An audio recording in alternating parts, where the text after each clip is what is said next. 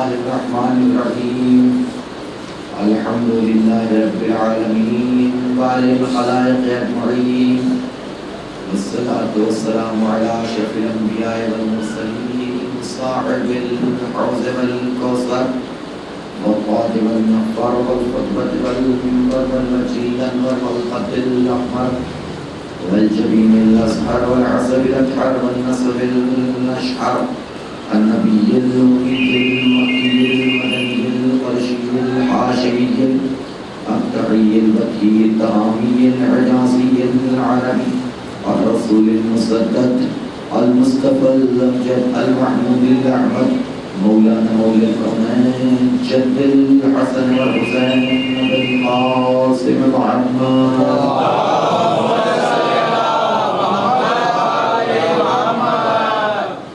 الطيبين الطاهرين المعصومين الداعين إلى سبيل الله بالحكمة وبالموعظة الحسنة عدد الأمم أولياء النعم وعدن الرحمة سيما بقية الله الأعظم مولانا حجة بن الحسن العسكري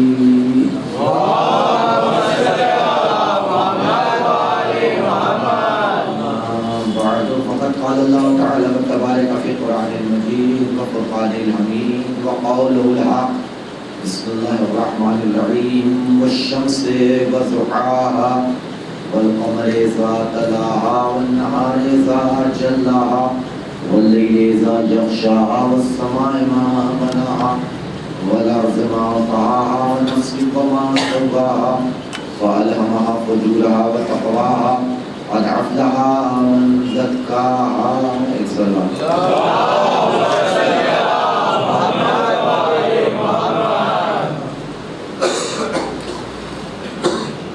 خالق شرف قرآن مجید میں سورہ الشمس کی ان آیتوں میں جس کا تذکرہ میں نے کیا ہے قسمیں کہا رہا ہے متعدد قسمیں پیدر پہ قسمیں والشمس وضحاها سورج کی قسم اور اس کی روشنی کی قسم والقمر اذا تلاها چاند کی قسم کہ جب وہ سورج کے پیچھے آئے والنہار اذا جلاها قسم ہے دن کی اور اس کی تابانیوں کی کہ جب وہ تابانی کرے واللیل اذا یغشاها قسم ہے رات کی اور اس کی تاریکی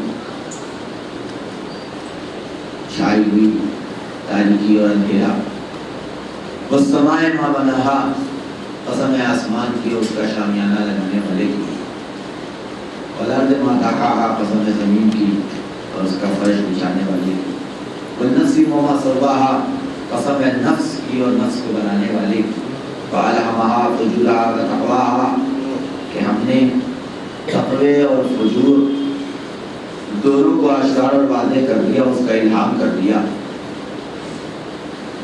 والنفس فقد أفلح من زكاها بتحقیق کامیاب وہی ہے کہ جس نے اپنا تزکیہ نفس کر لیا. ایک سلوات پڑھتے ہیں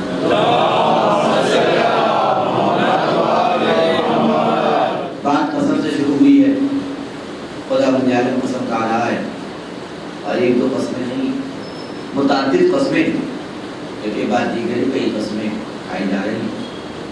اور قابل غور بات اور قابل تحقیق بات یہ ہے کہ وہ قسم کھا رہا ہے کہ حقیقتاً جس کو قسم کھانے کی ضرورت نہیں. ایک اشرا پورا میں اس آیت کے ذیل میں آپ حضرات کی خدمت میں آج سے 3-4 سال پہلے اس نے پڑھ چکا ہوں لیکن مجھ سے کہا گیا پڑھیے. اب 4 سال پہلے پڑھی ہوئی بات انسان کل کی بات بھول جاتا ہے 4 سال پہلے پڑھی ہوئی بات کہاں سے لیکن بہرحال اب چونکہ موضوع دیا گیا ہے کہ اس حوالے سے جو آپ بیان کر چکے ہیں تو اس حوالے سے بیان کیجیے پھر سے تو جو کچھ یاد آتا جائے گا بولتے جائیں گے اور انسان کے جو ہمارا لاشعور کا خانہ ہے اس سے نکل کے شعور کے خانے میں آتا جائے گا تو وہ زبان سے نکلتا جائے گا. ایک سلام پڑھتے ہیں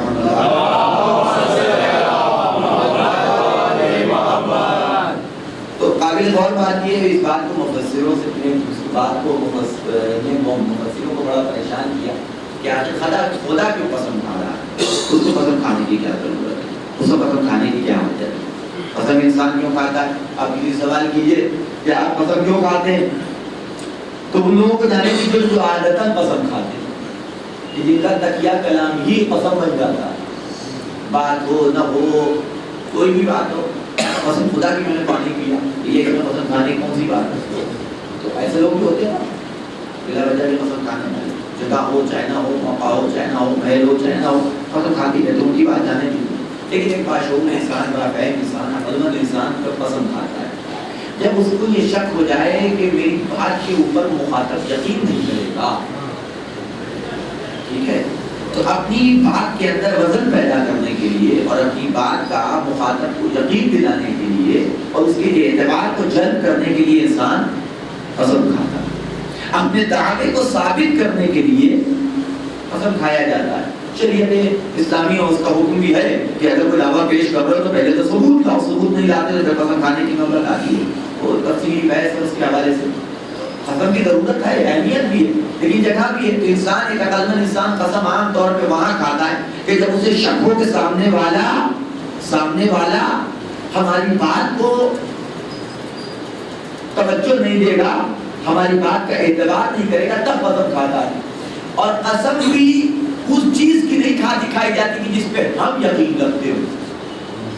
غور فرمائیے میں کیا کر رہا ہوں، جسے یقین دلانا ہوتا ہے اس کی نگاہ میں جو باعظمت ہے، جو بامقام ہے، جو بامرتبہ ہے، اس کی قسم انسان، یعنی یا دونوں متکلم اور مخاطب دونوں کی نگاہ میں وہ باعظمت اور بامرتبہ ہوتا قسم کھاتا ہے کہ ہو سکتا ہے کہ میری بات پہ اسے یقین نہ ہو، لیکن میں جس کی قسم کھا رہا ہوں چونکہ مخاطب کی نگاہ میں وہ باعظمت، بامرتبہ اور محترم ہے، تو اس کے احترام میں میری بات کو وہ مان لے گا اور یقین کرے گا۔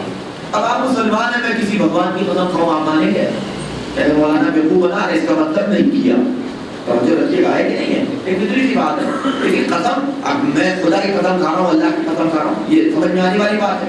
لیکن اگر کسی ایسے کی قسم کھاؤں جس کا آپ کی نگاہ میں کوئی اعتبار ہی نہ ہو، تو جس کا اعتبار ہی نہیں ہے اس کے نام سے قسم جو کھائی جا رہی ہے اس کا بھی کوئی اعتبار نہیں، آپ یقین نہیں مانیں گے، آپ بھروسہ نہیں کریں گے، توجہ رکھیے گا، بس یہی کہیں گے کہ ہمیں ٹہلایا جا رہا ہے، اور فرمائیے گا اب اللہ قسم کھا رہا ہے، ہمارے سامنے قسم کھا رہا ہے، بندوں سے مخاطب الشمس وضحاها، قسم ہے سورج کی اور اس کی روشنی کی، اور انہی طرح کی چیزوں کے پورے قرآن کو خداوند عالم نے قسم کھائی، والشمس وضحاها والقمر اذا طلع والنهار اذا جل، یہ ساری اللہ کی مخلوقات ہیں، توجہ رکھیے گا۔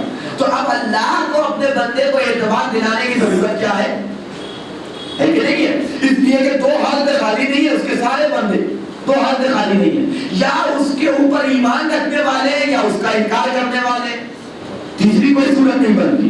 سارے بندے یا اس کا ایمان، اس پہ ایمان رکھنے والے، اس پہ یقین رکھنے والے، یا اس کا انکار کرنے والے۔ توجہ رکھیے گا، جو ایمان رکھتے ہیں ان کے لیے قسم کھانے کی ضرورت نہیں ہے، وہ ویسے ہی اللہ کی بات مان رہے، اور جو منکر ہیں ان کے سامنے خدا لاکھ قسم کھایا کرے وہ مانیں گے نہیں۔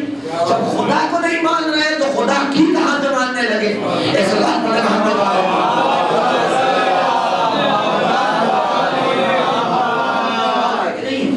قسم خدا قسم خدا و تعالی کی قسم جو کہا ہے قرآن کے متعدد مقام پہ، نون والقلم وما یسطرون والضحیٰ والشمس، یہ ساری قسمیں خدا و تعالی کھا رہا ہے کہ نہیں کھا رہا؟ یہ ساری قسمیں کھائی جا رہی، کیوں کھا رہا ہے؟ اب یہاں پہ مفسرین نے ایک نظریہ، دو نظریہ ہمارے سامنے آیا۔ پہلا نظریہ کہ جب خدا کسی شے کو عظمت دینا چاہتا ہے تو اس کی قسم کھا لیتا ہے، جب کسی شے کو عظمت و بلندی عطا کرنا چاہتا ہے تو اس کی قسم کھا لیتا ہے۔ اور ایک نظریہ اس کے اوپر آئے گا نہیں، جس شے کو خدا عظمت دیتا ہے اس کی قسم نہیں کھاتا، اگر کوئی شے باعظمت ہوتی ہے تو اللہ اس کی قسم کھاتا ہے تاکہ تمہیں بھی اس کی عظمت کا احساس ہو جائے۔ ایک سلمان کو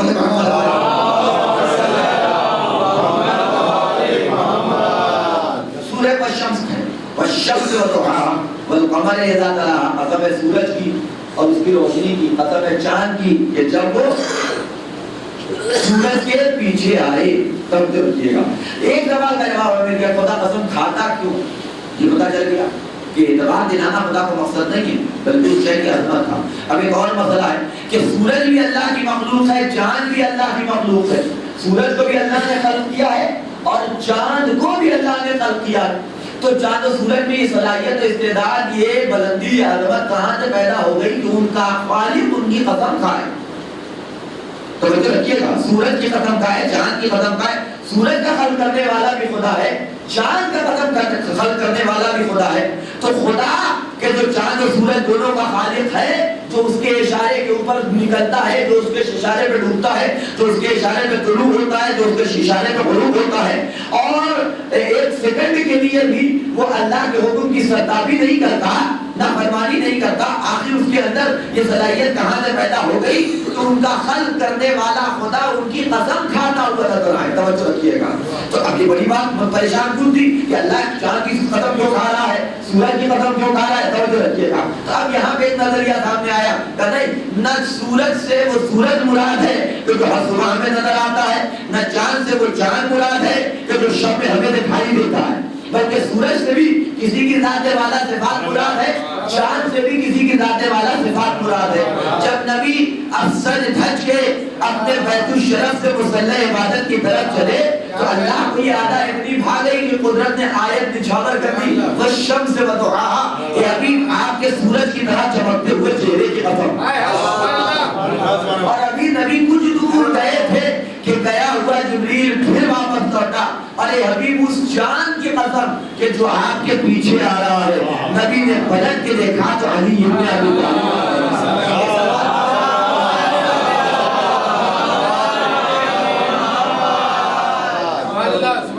تو سورج کی قسم کا سورج سے مراد وہ سورج نہیں ہے کہ جو جسے تم سمجھ رہے ہو، نہیں، وہ تو کبھی طلوع ہوتا ہے تو کبھی ڈوب جاتا. یہ اس سورج کی گفتگو ہوتی ہے کہ جو ایک مرتبہ طلوع ہوا تو جس کا غروب ممکن نہیں ہے. توجہ رکھیے گا. اور تو نبی کی ذات کو سورج کہا گیا، علی بن ابی طالب کی ذات کو چاند کہہ کے مخاطب کیا گیا ہے. یہ ہے ترجمہ. دیکھا جائے تو بے شک یہی ہے کہ سورج کی قسم اور اس کی روشنی کی قسم. چاند کی قسم جب وہ سورج کے پیچھے آئے، جب وہ سورج کے پیچھے آئے. ٹھیک ہے. یہاں پہ دو عنوان ہے، ایک عنوان جانشینی اور ایک عنوان ایمان. اگر جانشینی کے اعتبار سے دیکھا جائے تو بے شک علی بن ابی طالب نبی کے بعد، کیونکہ جانشین ہمیشہ بعد میں آتا ہے، خلیفہ ہمیشہ بعد میں آتا ہے، نائب ہمیشہ بعد میں آتا ہے کہ نہیں؟ لیکن اگر بعنوان ایمان دیکھا جائے تو اب یہاں جو عمر نبی کے ایمان کی ہے وہی عمر علی بن ابی طالب کے ایمان کی بھی ہے. یہاں بات کا کوئی تصور نہیں پایا جاتا. یعنی کیا مطلب؟ جو عمر نبی کے ایمان کی وہی عمر علی بن ابی طالب کے ایمان کی. کیوں؟ اس لیے کہ قبل بعثت کوئی یہ چشم معلق بھی نہ نبی کے دامن پہ بت پرستی کا دھبا دکھا پایا، نہ علی بن ابی طالب کے دامن پہ بت پرستی کا دھبا دکھا پایا. میری بات میں ہے کہ علامہ فخر الدین رازی صاحب تفسیر الکبیر اس نے کچھ وہ بتا دیں گے. سوال کرنے والے نے سوال کیا کہ آپ کی کتابیں پڑھی، آپ نے صحابہ کا بھی ذکر کیا ہے، علی بن ابی طالب کا بھی تذکرہ کیا ہے. جب آپ صحابہ کا تذکرہ کرتے ہیں تو فرماتے ہیں رضی اللہ عنہ، اللہ ان سے راضی ہو جائے، اللہ ان سے راضی ہو جائے. تو آئیے جملہ یہ دعا ہے کہ نہیں ہے؟ دعا ہے، آپ دعا کرتے ہیں. یہ عام طور پہ ماضی، اس پہ بھی ایک راز چھپا ہوا ہے کہ ماضی کے صیغے سے جتنی دعائیں ہیں اتفاق سے سب ماضی کے صیغے سے، رضی اللہ عنہ، رحمہ اللہ، غفر اللہ، یہ ساری دعائیں ماضی کے صیغے سے. جبکہ ابھی بیچارہ مرا ہے، ابھی تو قبر میں بھی نہیں گیا. ٹھیک ہے. اور آپ دعا کر رہے ہیں کہ جو صیغہ استعمال کر رہے ہیں، جو لفظ استعمال کر رہے ہیں وہ ماضی یعنی پاسٹ ٹینس میں دلالت کرتا ہے. یہ اصول عربی دستور ہے اور عربی قاعدہ ہے کہ ماضی کے صیغے سے بھی انشاء کا مراد دی جاتی ہے اور دعا مراد دی جاتی ہے. توجہ رکھیے گا. اچھا یہ اعتبار کیوں کہا جاتا ہے ایسا؟ ماضی غفرہ کے معنی ہوتے بخش دیا، رحمہ کے معنی ہوتے رحم کر دیا، کرے گا نہیں، رحم کر دیا. توجہ رکھیے گا. بخش دیا نہیں، بخش چکا، یہ معنی ہوں گے. بخش چکا، بخشے کا نہیں بلکہ بخش چکا، بخش دیا اس نے. لیکن مراد اس صیغے کو رد کر کے دیا کیا جاتا ہے کہ بخش دے گا، بخش دے، ایک دعا کی جا رہی ہے، رحم کر دے. یا پھر ایسا کیوں ہے؟ توجہ رکھیے گا. اللہ کی رحمت اور غفوریت پہ اتنا زیادہ اعتماد اور یقین اس صیغے کے اندر اور اس لفظ کے اندر پایا جاتا ہے کہ یعنی اس سے یہ پتا چلتا ہے کہ ہمیں اللہ کی رحمت پہ کتنا اعتماد ہے، ہمیں اللہ کی غفوریت پہ کتنا. اب میں عربی قاعدے کے اعتبار سے گفتگو نہیں کر رہا ہوں، قانون ادب کے اعتبار سے اس میں وجہ اور بیان کی سیکھیں گے جو متعلق وقوع ہو اس کو ماضی کے ذریعے سے استعمال کیا جاتا ہے. جیسے قرآن مجید میں بہت سی آیتیں ہیں کہ جو خبر دے رہی ہیں کارے کی میدان محشر کی, لیکن لفظ رکھا جا رہا ہے ماضی کا. قال الذین کفروا ربنا ارینا الذین اضلونا, میرے معبود دکھا دے ان لوگوں کو میدان محشر میں ان لوگ کہیں گے. قال الذین, قال ماضی ہے گزرے ہوئے زمانے, مانا ہوتے کہہ دیا, ابھی کہاں کہا, ابھی تو میدان محشر آیا ہے نہ حساب کتاب ہو رہا, اس وقت کہیں گے. لیکن چونکہ یہ واقعہ 100% ہونے والا ہے, اس بنیاد کے اوپر اس کا استعمال ماضی کے صیغے سے کیا جاتا ہے. یہ عربی دستور ہے. ایک سوال پڑھ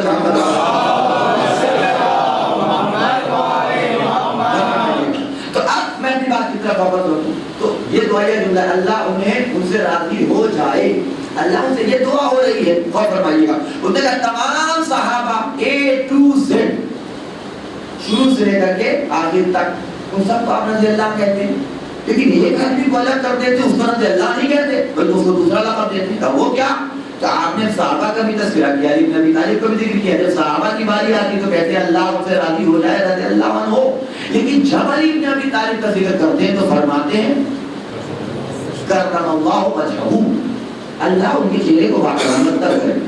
توجہ, انہیں کرامت عطا کرے, ہے کہ نہیں؟ تو یہ الگ الگ کیسے ہو گیا یہ معنی. اور ایک بات اور سمجھیے, کہا جاتا ہے پنجتن پاک خالی 5 ہی ہیں. اب سنیے گا, پنجتن پاک خالی 5 ہی ہیں, محمد, علی, فاطمہ, حسن, حسین. کیا باقی ازواج نبی کی کیا وہ نجس تھی؟ کیا باقی صحابہ نبی کے نجس تھے؟ ان کو کیوں نہیں کہا جاتا پاک؟ توجہ رکھیے گا. تو اب اس کے لیے چلیے ٹھیک ہے, مان لیا ہم نے, تو اب ہم اس کے لیے کیا کریں کہ جتنی پاک جگہیں تھی وہاں ان 5 کے علاوہ نبی کسی کو لے کے ہی نہیں گئے. ہم کیا کریں؟ تو آپ کے اپنی کتاب میں لکھا ہے چادر تطہیر نظر آئی, وہاں بھی یہی 5 نظر آئے. اور چلیے چھوڑیے, اس کا بھی آپ انکار کرنا چاہیے تو کر دیجئے, میدان مباہلہ کا کیسے انکار فرمایا؟ توجہ رکھیے گا, تھے بے شک ازواج بھی تھیں, اصحاب بھی تھے, تو اب ہم کیا کریں؟ جھوٹوں پہ لعنت بھیج دی تھی تو سب سچے تھے اور بڑے بڑے سچے تھے. توجہ رکھیے گا, بڑے بڑے سچے تھے, ان میں سے کسی ایک کو لے کے جانا چاہیے تھا نبی کو. جب سب پاک ہیں تو سب پاک ہیں, تو ہر اعتبار سے پاک ہونے کا مطلب کیا ہوتا ہے؟ پاک کا مطلب ظاہری طہارت و نجاست کی بحث نہیں ہو رہی, بلکہ پاک ہونے کا مطلب یہ ہے کہ باطنی طہارت کی گفتگو ہو رہی ہے, باطنی طہارت کی گفتگو. تو جب سب پاک ہیں تو سب پاک ہیں, تو میدان مباہلہ میں نبی جیسے ان 4 کو لے کے گئے تھے, ویسے ہی 2-3 کا کم سے کم اضافہ اور کر لیتے, 2-3 مردوں میں لے لیتے, اس کے علاوہ 1-2 عورتوں میں لے لیتے. اب یہ گنتی کہاں سے ہوتی ہے یاد طے کیجیے. ایک سوال پڑھے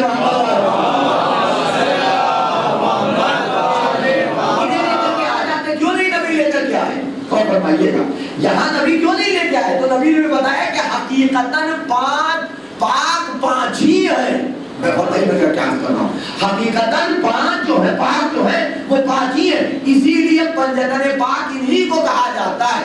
اور دوسری دلیل دے دی علامہ فخر الدین رازی نے کہ میں کیا کروں, جب سوال کرنے والے نے سوال کیا کہ آپ نے تمام صحابہ کے لیے دعا کی اللہ ان سے راضی ہو جائے, لیکن علی بن ابی طالب کی باری آتی ہے تو کہتے ہیں اللہ ان کے چہرے کو باکرامت کرے. اور فرمائیے گا ایسا کیوں, کہ میں کیا کروں, اس لیے کہ تنہا علی بن ابی طالب ہے, ان کے علاوہ جتنے صحابہ ہیں کوئی صحابی ایسا نہیں ہے کہ جس کے دامن پہ بت پرستی کا دھبا نہ پایا جائے. تنہا علی بن ابی طالب کی ذات ہے کہ جن کے دامن پہ ہمیں قبل میں سر بھی کوئی بت پرستی کا دھبا نظر نہیں آیا. ایک سوال پر محمد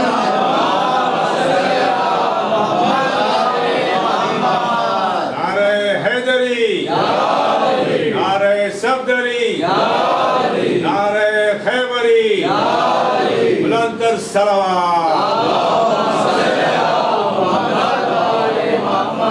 اور فرمائیے اب اس کے لیے کیا کیا جائے؟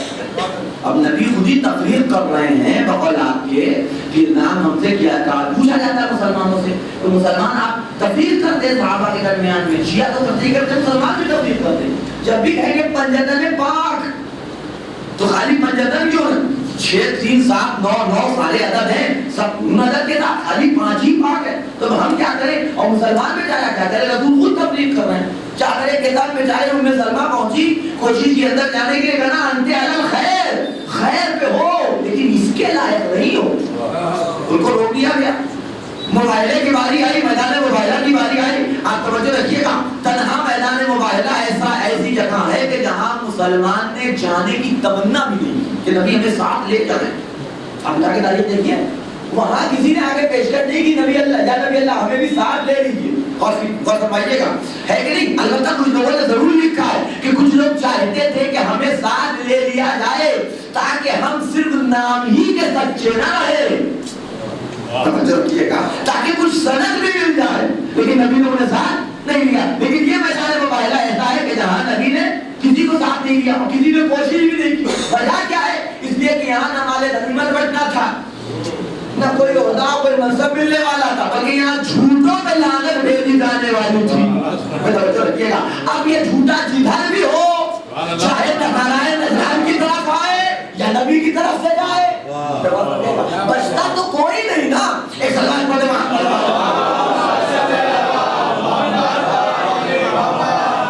ایک سی بات ہے کہ نہیں ہے. تو اب یہ ایک طرح موقع ہے کہ جہاں رسول خدا اپنے ساتھ صرف ان 5 کو لے کے گئے.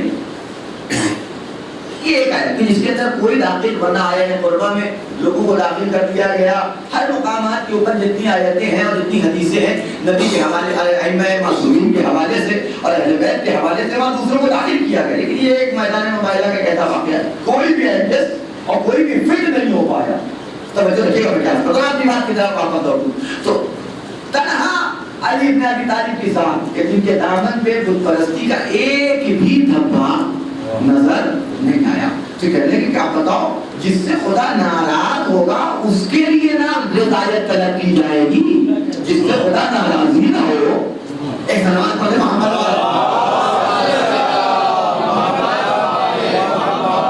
یہ تمام صحابہ کے لیے کہا جاتا ہے رضی اللہ عنہ, اللہ سے راضی ہو جائے, لیکن ان کے لیے اس طرح کی کوئی دعا نہیں ہوتی. اچھا ایک بات اور سنیے, میں اسے عرض کر چکا, میں نے کہا ہے کہ میں کہہ چکا ہوں یہ بات بھی کہ رضی اللہ عنہ یہ دعائیہ جملہ ہے. اچھا بات تو کہتے ہیں کہ ہم علیہ السلام کہتے ہیں, لیکن اسے سمجھیے کہ علیہ السلام کیا ہے. علیہ السلام بھی تو دعا ہی ہے, علیہ السلام بھی دعا ہے, جیسے رضی اللہ دعا ہے ویسے علیہ السلام بھی دعا ہے. آپ سامنے کوئی ہوتا ہے کہتے ہیں السلام علیکم, آپ نے سلام کی, کیا کیا آپ نے دعا کی. سلامتی دینا نہ دینا آپ کے بس کی بات نہیں ہے نا. آپ اپنی زبان سے تو کسی کو سلامتی دیتے نہیں, فرمائیے گا ہے کہ نہیں. تو اب سلامتی دینا یا نہ دینا جو آپ کے بس میں ہے وہ تو آپ دیتے نہیں ہیں, اور جو بس کے باہر ہے وہ کہاں سے دے دیں گے. فرمائیے میں یاد کر رہا ہوں, ہے کہ نہیں. تو آپ سامنے والے کو کہتے ہیں السلام علیکم, اس نے کہا وعلیکم السلام, یہ دونوں دعا ہے نا. جو مخاطب ہے اس کے لیے کاف لگا دیا جاتا ہے, جو مخاطب نہ ہو سامنے نہ ہو اس کے لیے یہ لگا دیا جاتا ہے نا. علیہ السلام اس پہ سلامتی ہو دعا ہے. لیکن ایک بات سمجھ لیجیے اس بات کو بھی کہ دعا کرتا کون ہے. اسے دیکھیے, دعا وہ کرتا ہے کہ جو بے اختیار ہو, دعا وہ کرتا ہے جو بے اختیار ہو, اور دعا اس چیز کے لیے کی جاتی ہے کہ جو اپنے اختیار میں نہ ہو. گلاس میں پانی رکھا ہوا ہے, میں اس کے لیے دعا نہیں کروں گا کہ مجھے پانی مل جائے, ایک گلاس پانی اللہ دے دے تو میں پی لوں. اختیار میں اٹھاؤں گا, پی لوں گا, کیونکہ اختیار میں. لیکن جو چیز میرے اختیار سے باہر ہو, مثال کے طور پہ مجھے کوئی سامان چاہیے ایسا کہ جو بہت مہنگا ہو, ایک اچھا سا گھر چاہتا ہوں کہ اس کی قیمت 50 لاکھ 60 لاکھ روپے میرے پاس نہیں ہے, تو اب اس کے لیے دعا کروں گا, میرے اختیار سے باہر ہے, مگر اللہ نے اس کو گرم کر دے گا تو مل جائے گا, اور اس کے خزانے میں کسی چیز کی کمی بھی نہیں ہے. اور دعا کے لیے دعا کرتے وقت یہ نہیں دیکھنا چاہیے کہ نہیں اتنا ہوتا, اللہ کچھ بھی دے سکتا ہے. آپ غور فرمائیے گا, اللہ کچھ بھی دے سکتا ہے. آپ کم مانگیے, لیکن یہ سمجھ کے نہ مانگیے کہ کم مانگ رہے ہیں تو دے دے گا, زیادہ مانگیں گے تو نہیں دے گا.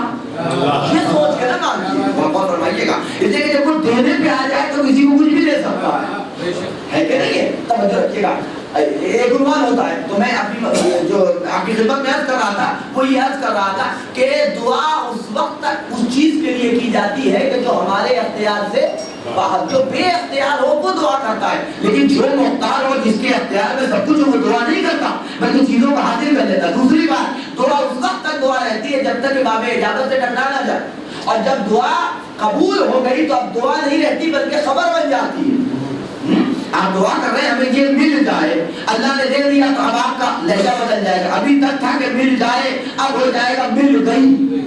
غور فرمائیے گا, جو دعا تھی وہ خبر بن گئی, وہ خبر بن گئی. اگر علیہ السلام کا لقب ہم نے یا آپ جیسے عام انسانوں نے اہل بیت کو دیا ہوتا تو کہا جا سکتا تھا کہ یہ دعا ہے، لیکن وہ مختار کل جب قرآن مجید میں آواز دے سلام علی من اتبع الہدی، غور فرمائیے گا، توجہ رکھیے گا، ہے کہ نہیں ہے؟ تو جب وہ خدا کسی کو سلامتی کے حوالے سے گفتگو کرے تو اللہ دعا نہیں کر رہا ہے، بلکہ تمہیں سلامتی کی خبر دے رہا ہے کہ سلامتی انہی کے لیے ہے۔ اب اگر تم بھی سلامتی چاہتے ہو تو علیہ السلام کہو۔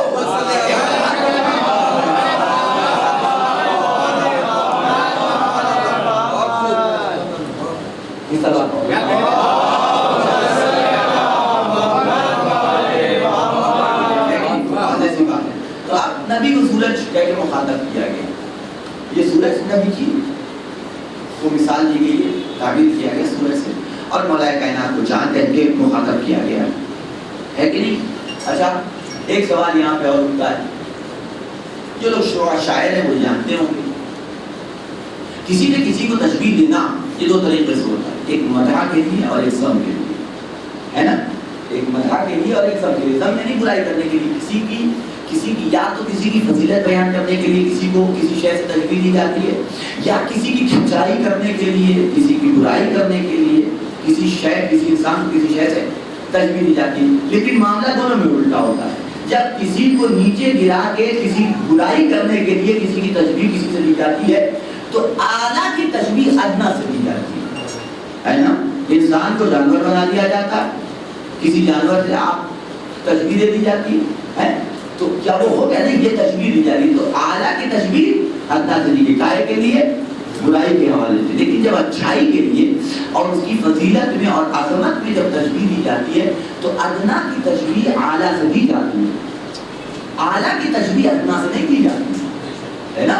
جب کسی کو آپ کو بتانا ہے، اب جو شعراء ہے وہ اس بات کی تائید کریں گے کہ جب مقام مدح میں مقام فضیلت میں ہمیشہ ادنا کی تشبیہ اعلیٰ سے دی جاتی ہے، اعلیٰ کی تشبیہ ادنا سے نہیں دی جاتی۔ ایک اصول ہے، آپ کے بچہ پیدا ہوا، آپ کسی حبش کے انسان سے اپنے بچوں کو نہیں کھلاتے بلکہ کہتے ہیں میرا بچہ تو یوسف جیسا ہے نا؟ تو یہ ادنا کی تشبیہ اعلیٰ سے دی گئی کہ نہیں دی گئی؟ کہاں آپ کے بچے کا حسن اور کہاں جناب یوسف کا حسن، دونوں میں کوئی مقابلہ نہیں ہے، لیکن اصول تشبیہ ہے، اصول تشبیہ اصول شباہت ہے کہ ادنا کی تشبیہ اعلیٰ سے دی جائے۔ اور فرمائیے گا اب ذرا سا رکیے، یہ بھی سن لیجیے، نبی کو سورج کہا جا رہا ہے، بے جان مخلوق کو یہ تھوڑی کہا جا رہا ہے کہ واقعا نبی سورج ہیں، علی بن ابی طالب کو چاند کہا جا رہا ہے، تو یہ تھوڑی کہا جا رہا ہے کہ واقعا علی چاند ہیں، تشبیہ دی جا رہی ہے، علی کو تشبیہ، نبی کو تشبیہ دی جا رہی ہے سورج سے، علی ابن ابی طالب کو تشبیہ دی جا رہی ہے چاند سے، ہے نا؟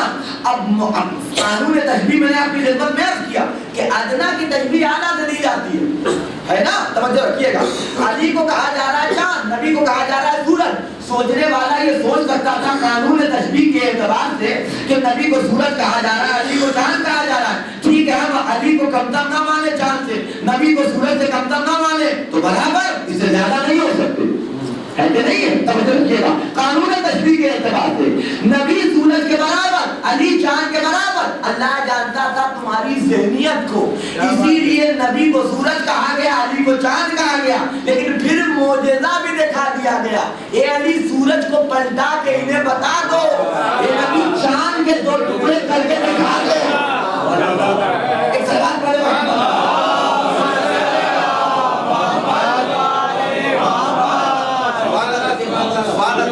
بتا دو کہ یہ نہ سمجھ لیں گے کہیں کہ معاذ اللہ ان کی ذات سورج نہیں، تم وہ ہو کہ جو چاند و سورج سے ضیا پاتے ہو، ہم وہ ہیں کہ جن سے چاند و سورج ضیا پاتے ہیں۔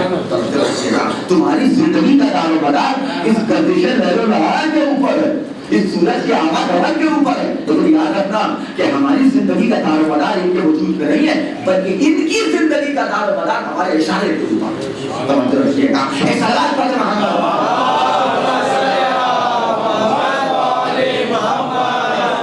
باتیں سی بات تھی سامنے کی بات ہے۔ اچھا دوسری بات، ایک بات اور سن لیجیے، عجیب بات ہے کہ نبی کو سورج کہا گیا، لیکن نبی طالب کو چاند کہا گیا، ہے نا؟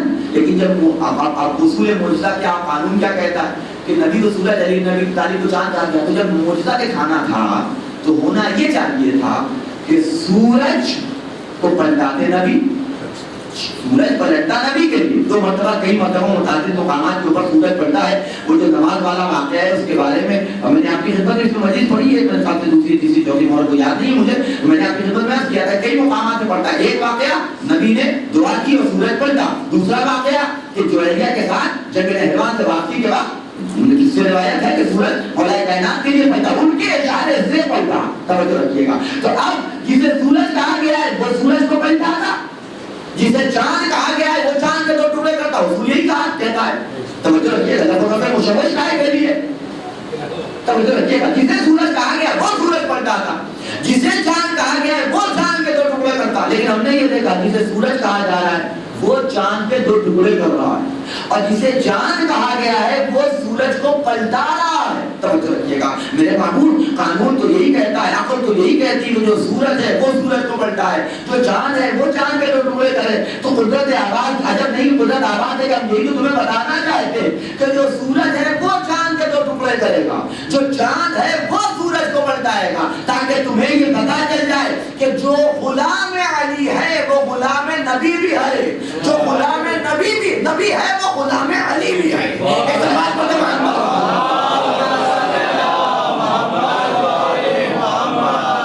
سمجھیے گا. اسے بہتر انداز بنا رہے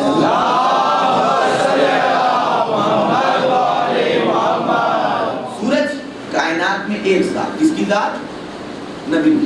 اور خانوادہ بنی ہاشم میں کسی کو سورج کہہ کے نہیں مخاطب کیا گیا. میرا مطالعہ میں اس سے بات کر رہا ہوں, میں اپنے مطالعے سے بات کرتا ہوں, اور کسی کو کہہ کے مخاطب نہیں کیا کرتا نا. رسول کی ذات ہے کہ جنہیں سورج کہا گیا ہے بس, اور کسی کو نہیں. البتہ چاند اس خانوادے میں بنی ہاشم سے لے کر کے قمر کا لقب خانوادے کے کئی لوگوں کو قمر کا لقب دیا گیا ہے. سورج ایک ہی ہے. توجہ رکھیے گا. چاند متعدد ہیں. ایک نسل نبی کا میں نے ایک بات سنائی تھی آپ کی خدمت میں پھر عرض کرتا ہوں, غالباً انہی کی بات ہے. وہ کہتے ہیں کہ نبی کو سورج کہا گیا, علی بن ابی طالب کو چاند, اور یہ مسلمان جب بھی جھگڑا کرتا ہے سورج پہ کبھی نہیں کرتا, ہمیشہ چاند پہ کرتا ہے. ہمیشہ چاند پہ کرتا ہے. کوئی بحث نہیں کرتا کہ سورج نکلا نہیں نکلا, صبح ہوئی نہیں ہوئی, نہ بھی نکلے پھر بھی مان لیتے ہیں بدلی ہے, نہیں بھی نکل رہا ہے کہتے ہیں کہاں ہے دکھاؤ غلط, لیکن ہے پردے میں چھپا ہوا ہے, بادل کے نیچے لیکن ہے. چاند کے مسئلے میں سب بحث کرتے ہیں 29 کا چاند ہے کہ 30 کا چاند ہے, چاند ہوا کہ نہیں ہوا. توجہ رکھیے گا. عیدیں 2 ہو جاتی ہیں, محرم 2 ہو جاتا ہے, بقرعید 2 ہو جاتی ہے, پھر چاند کے مسئلے میں جھگڑا کہ ہوا کہ نہیں ہوا, ہوا کہ نہیں ہوا. اچھا پتہ کیسے چلتا ہے کہ چاند ہوا کہ نہیں ہوا؟ یہ پتہ چلتا ہے چودھری کے چاند سے. چودھری کے چاند سے کیسے پتہ چلتا ہے کہ آپ چاند کسی دن کا بھی مان لیجیے, 29 کا مانیے چاہے 30 کا مانیے, اور جس دن کو بھی پہلی منانا ہونا چاہیے, لیکن چاند آپ کے ماننے کے اعتبار سے کامل اور ناقص نہیں ہوتا, بلکہ اس کا ایک دستور ہے. وہ تو ایک دن جو معین ہے اسی دن کامل ہوگا ضرور. جب یہ کامل ہوتا ہے تب پتہ چلتا ہے کہ جسے ہم پہلی سمجھ رہے تھے وہ پہلی تھی بھی کہ نہیں تھی. ہونا چاہیے چودھری کو چاند, ہم نے غلط پہلی بنا لی تو وہ ہو گیا 13 کو مکمل. تب ہمیں پتا چلا کہ نہیں وہ پہلی نہیں تھی, گڑبڑ ہو گیا معاملہ. توجہ رکھیے, میں یاد کر رہا ہوں. علی کے حوالے سے جتنی بحث کرنی ہو دنیا کر لے کہ پہلے تھے کہ چوتھے تھے. ابھی اہل بیت کا چودھری کا چاند پردے میں ہے, آئے گا تو بتائے گا.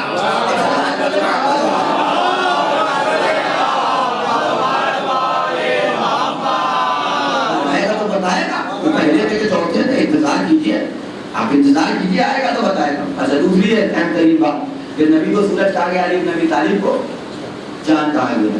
چاند ایک رہتا پورے سال, ایک رہتا 2 نہیں ہوتا. چاند پورے سال, سورج پورے سال ایک رہتا 2 نہیں ہوتا. اور کوئی نہیں, کسی کو سنا آپ نے کہا کہ یہ محرم والا سورج ہے, یہ سفر والا سورج ہے, یہ ربیع الاول والا سورج ہے, یہ ربیع الثانی کا سورج ہے, یہ جمادی الثانی کا سورج ہے, یہ رجب کا, یہ شعبان کا, یہ رمضان کا, یہ شوال کا, یہ ذوالقعدہ کا. کس سورج ہے یہ, اس کو نام کیوں نہیں دیتے آپ؟ لیکن چاند کو سب نام دیتے ہیں. بھیا محرم کا چاند نکلا, سفر کا چاند نکلا. توجہ رکھیے گا. ربیع الاول کا چاند نکل آیا. اس کا مطلب یہ ہے کہ سورج ایک ہی ہے لیکن چاند 12 ہے.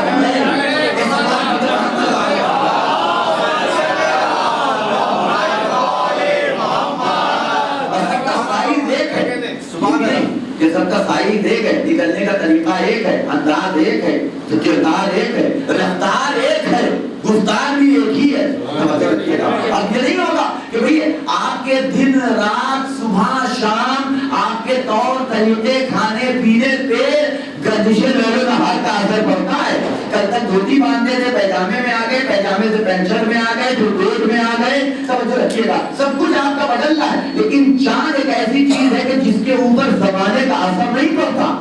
جو رفتار و گفتار و طریقہ اس کا توجہ رکھیے گا آج سے 1400 برس پہلے تھا، وہی آج سے 1000 برس پہلے، وہی آج سے 600 برس پہلے، وہی آج سے 500 برس پہلے، وہی آج تک. توجہ رکھیے گا. اور جہاں چاند بدل جائے تو وہ چاند نہیں ہے. اگر پہلے چاند سے آخری چاند کے درمیان میں مطابقت ہے، ہماہنگی ہے، یکرنگی ہے، رفتار گفتار کردار مل رہا ہے تو چاند مانیے. جہاں بدل جائے وہ چاند نہیں ہو سکتا اور کچھ ہو.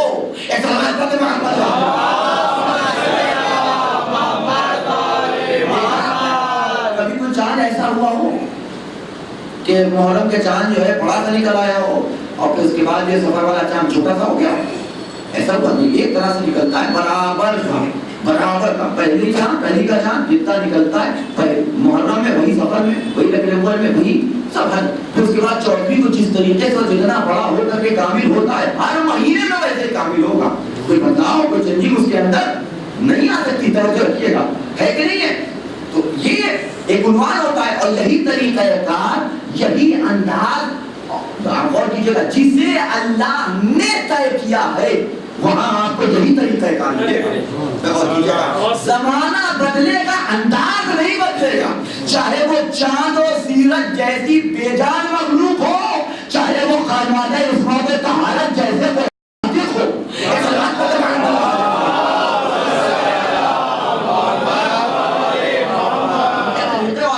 عنوان کے اوپر ان کے طریقے انداز اور عنوان علم فضل کمال کے اوپر زمانے کا اثر نہیں پڑتا. اور فرمائیے گا ایک اللہ پڑھے محمد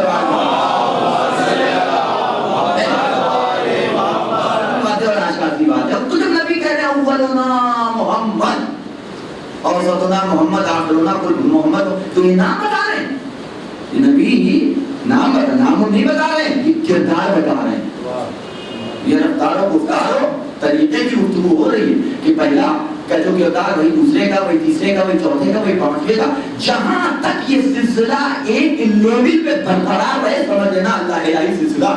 اور جہاں بھی ذرا سا 19-20 ہو وہ کوئی اور سلسلہ ہو سکتا ہے، محمد کا سلسلہ نہیں ہو سکتا. ایسا بات کرتے محمد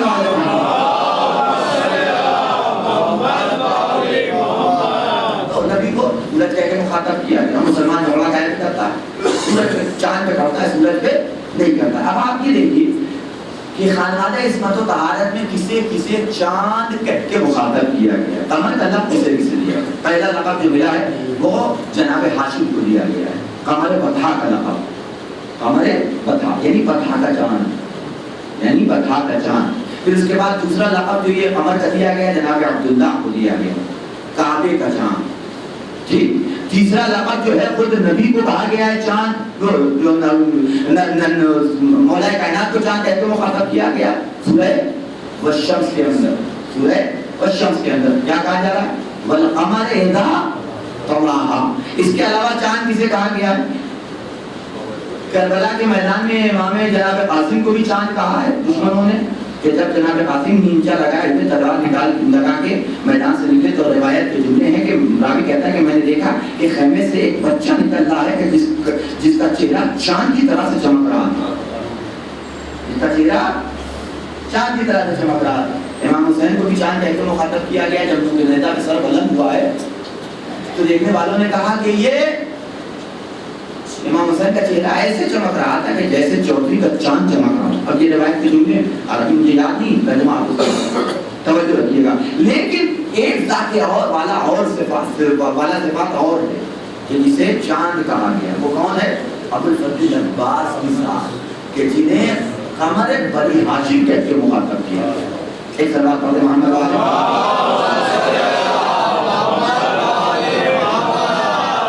جنہیں بنی ہاشم کا چاند کہا گیا. اللہ اللہ اکبر، بنی ہاشم کا چاند۔ جناب ہاشم کو کہا گیا بطحا کا چاند، یعنی جب اللہ نے پورے بطحا کی سارے فضائل و کمالات کو سمیٹا اللہ نے، تو جناب ہاشم کہلائے بطحا کے چاند۔ جب جناب عبداللہ کو کعبے کا چاند کہا گیا، یعنی کعبے کی تمام خصوصیات سارے فضل و کمال کو سمیٹا، تو جناب عبداللہ کہلائے کعبے کے چاند۔ جب اللہ نے تمام اطاعت پیغمبر کی فضیلتوں کو سمیٹ دیا، تو جناب مولا کائنات کہلائے سورج کہہ کے چاند کہہ کے انہیں مخاطب کیا گیا، توجہ رکھیے گا۔ اور اسی طریقے سے جب شہادتوں کو اور اتباع نبی اتباع امام کی فضیلتوں اور عظمتوں کو سمیٹا، تو جناب قاسم چاند کہلائے۔ جب شہادت کی معراج اور اس مقام تک پہنچایا گیا، تو شہادت کے افق کے چاند کہلائے حسین۔ لیکن جب پورے خانوادہ بنی ہاشم کی عظمت و جلالت کو سمیٹا گیا، تو عباس کہلائے قمر بنی ہاشم۔ سبحان اللہ سبحان اللہ۔ 18 جوان، اور ان میں جناب عباس کو یہ لقب تھا، کا لقب تھا قمر بنی ہاشم، یعنی کیا مطلب بنی ہاشم کا چاند، بنی ہاشم کا چاند۔ آپ غور کیجیے تاریخ میں اگر جناب عباس کے حوالے سے آپ اٹھا کے دیکھیے تو ان کی عظمت اور ان کی فضائل اور ان کے مناقب میں نے عرض کیا، تو مجلس میں آپ کی خدمت میں جناب عباس کے حوالے سے عرض کیا، کہا گیا ہے، لہذا انشاءاللہ کچھ باتیں ہیں جو کچھ باتیں کل آپ کی خدمت میں عرض کروں گا۔ ایک سلوات پڑھیں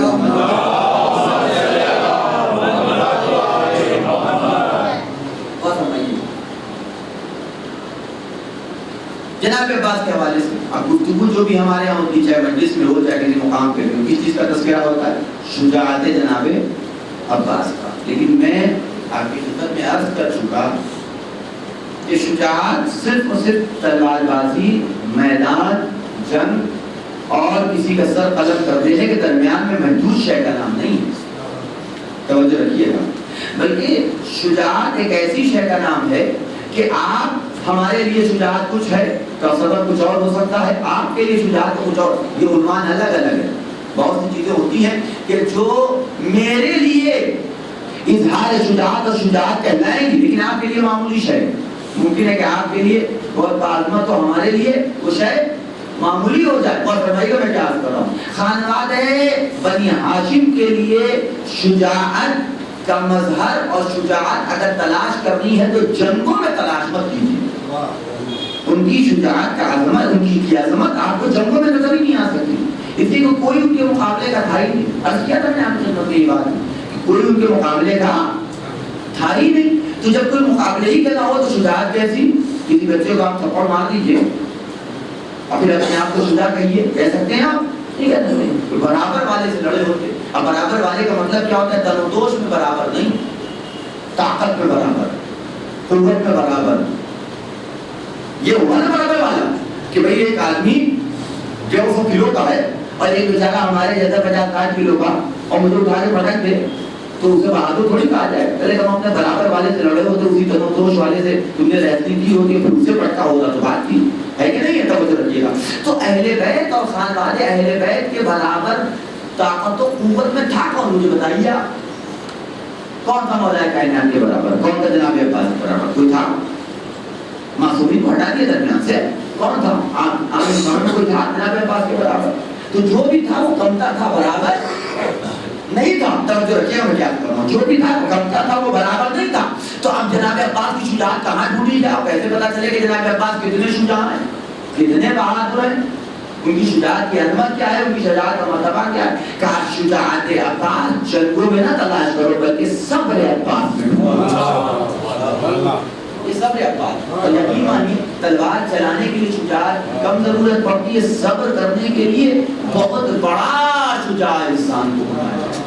جتنی شجاعت کی ضرورت صبر و ضبط و تحمل کے موقع پر پڑتی ہے، اتنی شجاعت، اس لیے کہ جب تلوار چلاتا ہے تو بھڑاس نکلتی ہے انسان کی، بھڑاس نکل جاتی ہے، جو اندر جو کچھ تمنا ہے، خواہش ہے وہ باہر، لیکن ان تمناؤں اور خواہشوں کو دبا لینا، ان کا گلا اپنے ہی اندر گھونٹ دینا، ان کو ختم کر دینا، اس کے لیے واقعہ جو شجاعت چاہیے وہ شجاعت عباس کے اندر پائی۔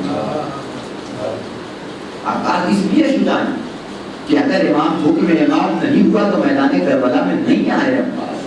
اگر حکم امام نہیں ہوا تو امام نے تلوار جناب عباس نے تلوار نہیں اٹھائی.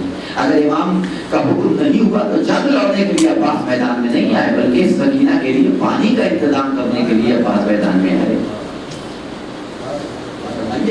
ہے کہ نہیں؟ وہ عباس کی شجاعت کا یہ عالم ہے. میں نے واقعہ دیکھا جس سے پہلے میں نے آپ کی خدمت میں سنایا ہوگا کہ کسی کی تربیت خود مولا کائنات نے نہیں کی. تربیت سے مراد جنگی تربیت، یعنی کسی کو فن جنگ سے آراستہ خود مولا کائنات نے اپنے آپ اپنی ذات سے اور خود تربیت دی ہو. مجھے کہیں تاریخ میں دیکھنے کو نہیں ملا سوائے جناب عباس، سوائے جناب عباس کے. ایک موقع ایسا آیا لے کے عباس کو پہنچے ایک صحرا میں اور ایک چار دیواری وہاں کی چھوا دی اور حکم دے دیا کہ دیکھو جب عباس جب تک میں واپس نہ آ جاؤں اس چار دیواری میں کوئی داخل نہ ہونے پائے. اور کہہ کے چلے گئے، کہہ کے چلے گئے. البتہ یہ بھی بتا دوں جناب عباس کی سن کے حوالے سے کافی اختلاف پایا جاتا ہے. اب اگر آپ تاریخ دیکھیں گے تو وہ اس میں ملے گا. تو ایک صلوات پڑھیں محمد علیہ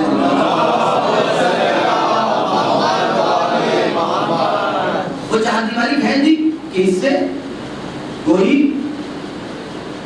آنے نہ پائے. کہہ کے چلے گئے. جناب عباس چلایا پھر رہے ہیں اسی حصار کا. تھوڑی دیر بعد دیکھا کہ آپ کو جگہ چلا آیا. عباس نے منع کیا، بابا نے منع کیا اس حصے میں داخل اور اس محدودے میں داخل نہ ہو. لیکن وہ سوال ہے کہ چلا آیا. کئی بار منع کیا لیکن نہیں مانا. جب نہیں مانا تو چلا جا گیا، تلوار میں یہاں سے نکل آئی. رد و بدل شروع ہو گیا. اب اس وقت سے لے کر کے مغرب کی نماز کا وقت ہو گیا، مغرب کی نماز کی اذان ہو گئی، لیکن اس کے باوجود نہ وہ عباس کو زیر کر سکا نہ عباس اس کے اوپر فتح حاصل کر سکے. جب ہوتی رہی شام کا وقت ہو گیا، نماز کا وقت ہوا تو وہ اپنے راستے چلا گیا. جناب عباس گھر واپس آئے. لیکن جب گھر میں داخل ہوئے تو آنکھوں میں آنسو تھا، دل محزون تھا، غمگین عالم میں. باپ کے سامنے حاضر ہوئے. باپ نے پوچھا بیٹا کیا بات ہے، اتنا زیادہ غمگین کیوں ہے، کیوں تمہاری آنکھوں میں آنسو کیوں ہیں؟ کہا بابا آپ نے اس بات کی کا مجھے درد ہے اور اس بات کا مجھے غم ہے کہ فن جنگ کی تعلیم آپ نے مجھے دی تھی. آپ میرے استاد تھے. وہ جو فاتح خیبر ہے، وہ جو فاتح خندق ہے، آپ نے مجھے سکھایا. تو آپ کے سکھانے میں کوئی کمی نہیں تھی. البتہ میرے سیکھنے میں کوئی کمی ضرور رہ گئی، میری شاگردی میں کوئی کمی ضرور رہ گئی کہ بابا آپ نے مجھے سکھایا. اور کوئی ایسا بھی ہو سکتا ہے کہ جسے میں زیر نہ کروں، جس میں میں پکانا پڑ سکوں. کہ ہوا کیا کہ بابا آپ نے منع کیا تھا کہ ساتھ میں کوئی داخل نہ ہو، لیکن ایک شخص تھا جو آ رہا تھا منع کر رہا تھا، نہیں مانا تو مجھ سے اس سے جنگ شروع ہو گئی، رد و بدل شروع ہو گئی. لیکن بابا شام ہو گئی لیکن میں اس کے اوپر فتح نہیں حاصل کر سکتا. تو لگتا ہے کہ میری شاگردی میں اور مجھے فن کا نام سے سیکھنے میں کوئی کمی رہ گئی جس کی بنیاد پہ میں اس کے اوپر فتح آپ کا سکھایا ہوا اور باتیں نہ ہو. یہ ہو کیسے سکتا ہے؟ مولا کائنات نے کلیجے سے لگا لیا بیٹا وہ کوئی اور نہیں تھا تمہارا بابا علی ہے. تو بابا میرے امتحان لینے کا سبب کیا ہے؟ کیا آپ کو یقین نہیں تھا عباس کے اوپر؟ میرے لال تمہیں پتہ نہیں ہے کہ کربلا میں کیا ہونے والا ہے. کربلا میں کیا ہونے والا ہے تمہیں نہیں خبر، تمہیں نہیں اندازہ. آپ تصور کیجئے کہ اپنے ہاتھوں سے جناب عباس کو فنون جنگی سے آراستہ کرنے والے کا نام ہے علی بن ابی طالب. کیا تمنا مولا جناب عباس کے دل میں رہی ہوگی، کیا خواہش جناب عباس کے دل میں رہی ہوگی کہ میدان جنگ آئے گا، کربلا کا میدان آئے گا تو میں کس طرح سے جنگ لڑوں گا. ایک تمنا ہے، خواہش ہوتی کہ نہیں ہوتی ہے انسان میں. جب کسی ایگزام سے پہلے جب انسان میں کوئی کمی ہو تو ڈرتا ہے، لیکن جب انسان ہر اعتبار سے تیار ہو چکا ہو تو جوش و ولولہ پیدا ہو جاتا ہے کہ وہ دن جلدی سے جلدی آئے. اگر پورے طریقے سے تیاری ہو تو ڈر نہیں لگتا بلکہ انتظار ہوتا ہے شدت کے ساتھ کہ اتنی جلدی وہ دن آئے تاکہ ہم جو کچھ ہم جانتے ہیں اس کو ظاہر کر سکیں، اسے پیش کر سکیں جس دن کے لیے ہم نے یہ محنت کی ہے. تو عباس کربلا کا انتظار کر رہے ہیں. عباس کربلا کا انتظار کر رہے تھے. مجھے آراستہ کیا گیا ہے کربلا کے لیے، مجھے اللہ نے مانگا گیا ہے کربلا کے لیے. علی نے اپنے ہاتھوں سے مجھے فنون جنگی سکھائے ہیں کربلا کے لیے. کربلا آئے تو مجھے اپنے باپ کا امتحان دینا ہے کربلا کے میدان میں کہ میں باپ کا کیسا شاگرد تھا. یہ ساری تمنائیں عباس کے دل میں تھی. اور واقعہ آپ کے ذہن ہے، میں نے کئی مرتبہ سنایا بھی ہے کہ کیا تمنا تھی عباس کے دل میں اس کا اندازہ اور جناب عباس کے جملوں سے لگتا ہے کہ جب چلایا پھرتے وقت جناب سہیل بہن نے آواز دی، اے عباس ٹھہر جاؤ، میں تم سے دو کلام گفتگو کرنا چاہتا ہوں۔ کہا سہیل دیکھ نہیں کرو تینوں کی بارش ہو رہی ہے، کہ میں تمہارے بابا کی ایک بات بتانا چاہتا ہوں۔ باپ کا نام سنا، ٹھہر گئے، موقع نہیں تھا لیکن چونکہ تم نے میرے باپ کا نام لے لیا لہٰذا سنے بغیر آگے نہیں گزر سکتا۔ کہو کیا کہنا چاہتے ہو؟ کہا میں تمہیں یہ بتانا چاہتا ہوں کہ تمہیں یاد ہے کہ تمہارے بابا نے اللہ سے تم کو کس دل کے لیے مانگا تھا، تمہاری ماں سے کس لیے شادی کی تھی؟ یہ جملہ جیسے ہی جناب زہیر کی زبان سے ادا ہوا، جناب عباس نے زہیر کو ایک مرتبہ دیکھا اور آواز دی، اتشجعونی یا زہیر، اے زہیر کیا تم مجھے جوش و شجاعت دلا رہے ہو؟ اور یہ کہہ کے شیر نے امرائی لی تو زرا کی کڑیاں ٹوٹ ٹوٹ کے زمین پہ گر گئی، رکابیں ٹوٹ گئی جب عباس نے گھوڑے کو لے رکھی ہے۔ اور پھر اس کے بعد حملہ کیا ہے تو تاریخ کے جملے ہیں کہ عباس کی جب تلوار چلی ہے تو ایسے سربلند ہے کہ جیسے نثار برس رہے ہو، ایک تیز چاقو لے کر کے جس طریقے سے باریک باریک پتوں کے اوپر چلایا جائے تو کس طریقے سے وہ کرتے ہیں ویسے سر گر رہے تھے۔ آپ سوچئے گا 80 سے لے کر کے 800 کی تعداد لکھی ہے جنگ کرنے والوں نے، مقاتل لکھنے والوں نے، کہ اس حملے میں عباس نے 80 سے لے کر کے 800 لوگوں کو قتل کیا۔ پہلا حملہ کرنا گیا، یہ تمنا تھی، یہ خواہش تھی عباس کے دل میں، یہ امنگ تھی جناب عباس کے دل میں۔ لیکن آپ غور کیجیے گا کہ اس کے باوجود جب حکم امام نہیں ہوا تو عباس میدان کربلا میں جنگ لڑنے کے لیے نہیں آئے، ہاتھوں کو جوڑ کے بار بار عرض کرتے ہیں مولا مجھے مرنے کی اجازت کیجیے، اب آپ کی مصیبتیں ہم سے دیکھی نہیں جاتی۔ آواز دی عباس تمہیں اجازت دوں تو کیسے دوں، تم میری فوج کے سردار ہو، تم میری فوج کے سپہ سالار ہو۔ آواز دی اے مولا اب وہ فوج کہاں ہے کہ جس کا میں سپہ سالار، اب وہ لشکر کہاں ہے کہ جس کا میں سردار تھا؟ جہاں فوج گئی ہے وہی عباس کو جانے دیجیے، جہاں لشکر گیا ہے وہی سپہ سالار کو جانے دیجیے۔ ہاں سیدھو خیمے سے رونے کی آواز آئی، خیمے سے علاتش کی صدا بلند ہوئی۔ حسین نے آواز دی اے عباس اگر ہو سکتا ہے تو ان بچوں کے لیے پانی کا انتظام کرو۔ ہاں عزیزان گرامی آئے عباس مشق سکینہ کو لیا، میدان کربلا میں آئے۔ تاریخ یہ کہتی ہے کہ ایک بڑا لشکر اور ایک بڑا ہجوم تھا کہ جو فرات کے کنارے کے اوپر جمع تھا کہ حسین کے خیمے تک پانی نہ پہنچ سکے، کسی قیمت پہ حسین کے خیمے تک ایک بوند پانی نہ پہنچے۔ اس بات کا انتظار کیا گیا تھا، لیکن جب عباس پہنچے ہیں اور ترائی میں عباس نے اپنا گھوڑا اتارا ہے تو تاریخ یہ کہتی ہے کہ پورا مجمع سچ چھڑ چکا تھا، فرات پہ عباس کے علاوہ کوئی اور نظر نہیں آ رہا۔ پانی بھرا عباس نے، پانی بھرا عباس نے، گھوڑے پہ سوار ہوئے، لیکن ابھی گئے تھے تو جناب عباس اونچائی سے بلندی سے پستی کی طرح نشیب کی طرف اب واپس آ رہے ہیں تو بلندی کی طرف واپس آ رہے ہیں۔ اور آپ یہ جانتے ہیں کہ بلندی کی طرف آنے میں کتنی زحمت ہوتی ہے، ہر طرف سے تیر برسایا جا رہا ہے، تلوار سے وار کیا جا رہا ہے، 3000 سے زیادہ 30 انداز ہیں کہ جناب عباس کے اوپر تیر بارانی کر رہے ہیں۔ اور عباس کی صرف ایک کوشش ہے کہ کسی صورت سے یہ پانی سکینہ کی آگوش تک پہنچ جائے اور سکینہ تک پہنچ جائے تاکہ حسین کے بچے پیاسے نہ رہ جائیں، اس بات کی کوشش ہے۔ لیکن عزیزان گرامی ایک شقی نے چھپ کے ایسا وار کیا کہ جناب عباس کا رہنا بازو قلم ہو گیا۔ عباس نے علم کو اور بائیں بازو سے سنبھالا، دانتوں سے مشق سکینہ کو پکڑا، آگے بڑھ رہے ہیں۔ عباس کو اپنے درد کا خیال نہیں ہے، بس صرف اپنی نگاہوں میں اور کوشش اس بات کی ہے کہ کسی صورت سے پانی کو حسین کے خیمے تک پہنچا دیا جائے۔ دوسرا بار ہوا، عباس کا بایاں بازو پہ قلم ہو گیا۔ اب عزیزان گرامی حفاظت کریں تو مشق سکینہ کی کیسے کریں؟ تاریخ نے لکھا ہے کہ مشق سکینہ کو دانتوں میں چبانے کے بعد عباس اپنے گھوڑے کے اوپر جھک گئے کہ جو وار بھی ہو اور جتنے تیر بھی آئے عباس کے جسم پہ تو لگے لیکن مشق سکینہ تک نہ پہنچے۔ لیکن ہرمنا نے وہ چند تیر کہ جو خاص موقعوں میں چلائے ہیں ان میں سے ایک تیر یہ بھی تھا کہ اس نے نشانہ لے کے تیر مارا، مشق سکینہ پہ تیر لگا، ادھر پانی بہا، ادھر عباس کی آنکھ ٹوٹ گئی۔ ابھی عباس خیمے کی طرف جا رہے تھے لیکن اب عباس نے گھوڑے کا رخ موڑا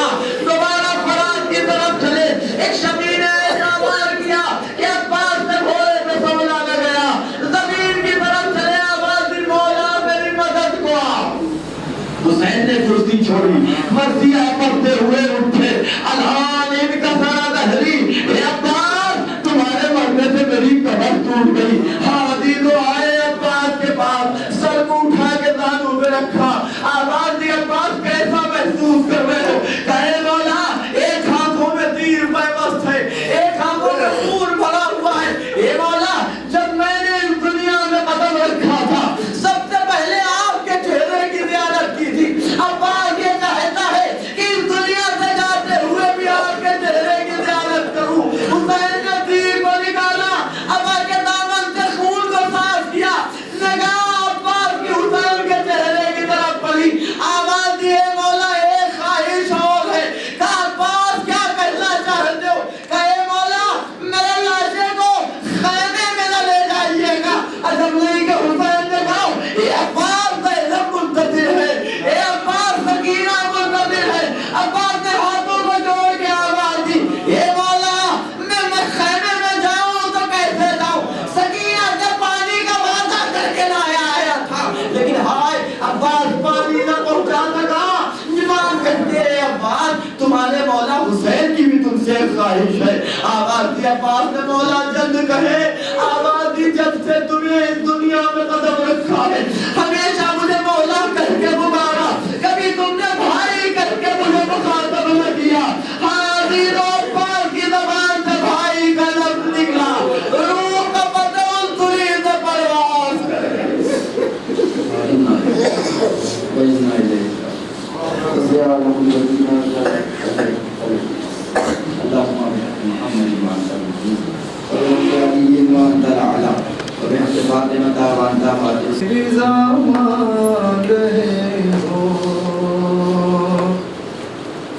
اکبر تمہیں معلوم ہے کیا مانگ رہے ہو؟ تم باپ سے مرنے کی رضا مانگ رہے ہو۔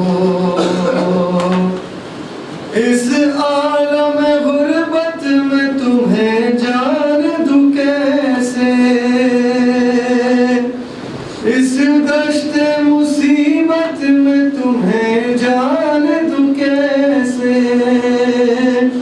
اس وقت قیامت میں تمہیں جان دوں کیسے؟ اے لال جو تم اذن بغا مانگ رہے ہو، تم باپ سے مرنے کی رضا مانگ رہے ہو۔ اکبر تمہیں معلوم ہے کیا مانگ رہے ہو؟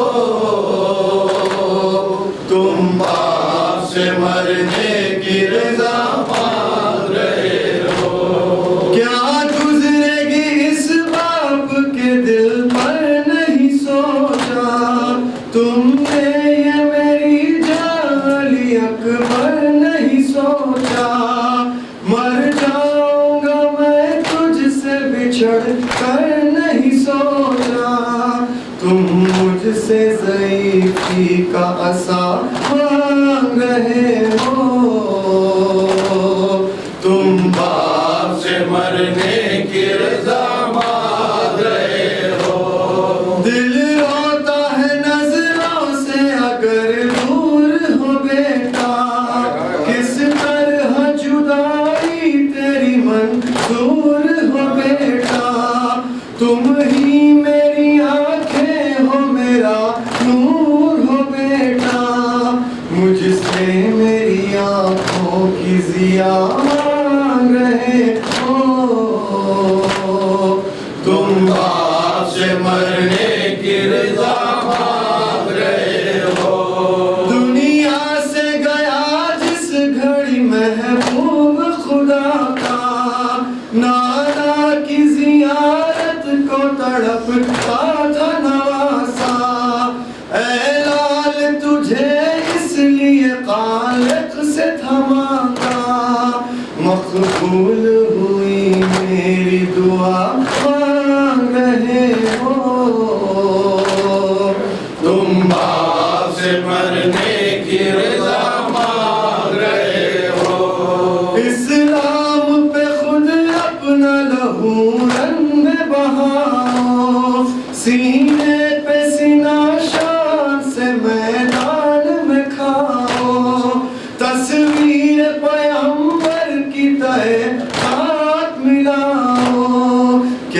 اس لیے مرنے کی رضا مانگ رہے ہو تم باپ سے مرنے کی رضا مانگ رہے ہو ایک روز تجھے آر سے باغا تھا پھوپھی نے 18 برس نازوں سے پھالا تھا پھوپھی نے بیٹوں سے بھی زیادہ تمہیں چاہا تھا پھوپھی نے احسان جو زینب نے کیا مانگ رہے ہو تم باپ سے مرنے کی رضا مانگ رہے ہو بابا مجھے معلوم ہے کیا مانگ رہا ہوں ایک باپ سے مرنے کی رضا مانگ رہا ہوں بابا مجھے معلوم ہے کیا مانگ رہا ہوں ایک باپ سے مرنے کی رضا مانگ رہا ہوں بابا مجھے اماں نے بھی کچھ درس دیا ہے آدائے وفا سے مجھے آگاہ کیا ہے آداب وفا سے مجھے آگاہ کیا ہے پہلے میں مروں آپ سے وعدہ یہ لیا ہے بس اس لیے مرنے کی رضا مانگ رہا ہوں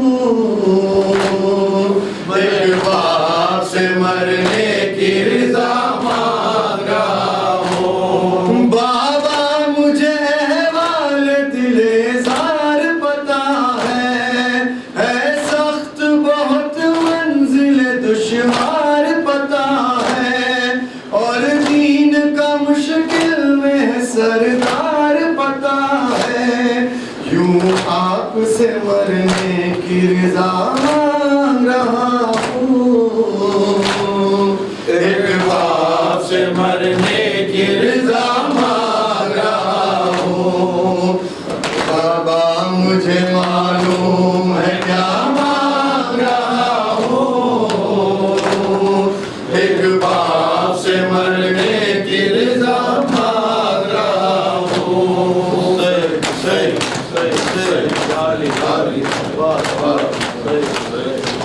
السلام علیکم یا ابا عبداللہ السلام علیکم یا ابن